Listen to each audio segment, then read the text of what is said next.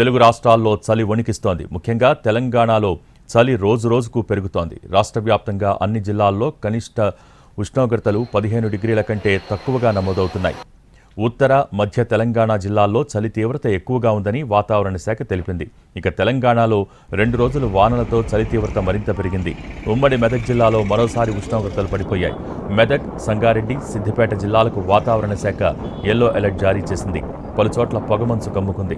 సంగారెడ్డి జిల్లా కోహిర్లో 13.1, మెదక్ జిల్లా శివంపేటలో 13.9, సిద్దిపేట జిల్లా అంగడి కిష్టాపూర్లో 14.9 డిగ్రీల కనిష్ట ఉష్ణోగ్రతలు నమోదయ్యాయి.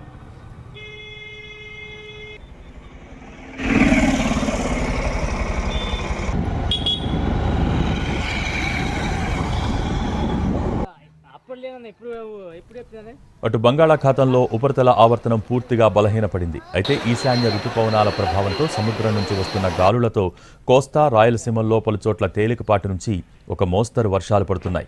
మరికొన్ని చోట్ల సుమారు వారం రోజుల తర్వాత ఎండ కాయటంతో పగటి ఉష్ణోగ్రతలు సాధారణం కంటే 2-3 డిగ్రీలు ఎక్కువగా నమోదయ్యాయి. రానున్న 24 గంటల్లో దక్షిణ కోస్తా, రాయలసీమల్లో చెదురుమదురుగా వర్షాలు కురుస్తాయని, ఉత్తర కోస్తాలో పొడి వాతావరణం నెలకొంటుందని వాతావరణ శాఖ తెలిపింది. రానున్న 2-3 రోజుల తర్వాత చలి స్వల్పంగా పెరిగి రాత్రి ఉష్ణోగ్రతలు తగ్గుతాయని చెప్పింది.